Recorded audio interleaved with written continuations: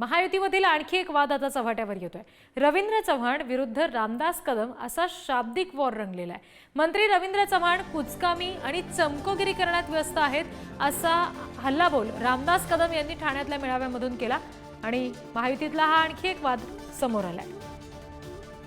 फक्त चमकेगिरी करण्यापेक्षा शायनिंग मागण्यापेक्षा खऱ्या अर्थानं काम झालं पाहिजे। तिथे अजून अनेक पूल झाले नाहीत, अनेक ब्रिजेस झाले नाहीत।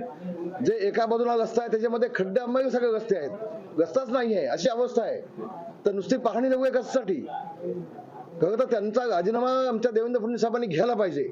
कुचकामी मंत्री आहे, मी डायरेक्ट सांगतोय आज युती असताना देखील, कारण कोकणवासियांचे हाल आम्हाला बघत नाही, कोकणाची माणसं आम्हाला जाब विचारतायत रामदास भाई तुम्ही काय करताय? आम्ही सहन किती, आम्हाला पण सहन मर्यादा आहेत। मला माहिती आहे आपण दाखवणार आहात आणि बोलणार आहात की युतीमध्ये रामदास कदम यांनी देखील युती असताना देखील घरचा आयोग दिला। ही बातमी तुम्ही आता देणार आहात मला जी कल्पना आहे, पण माझा नाईलाज आहे त्याला।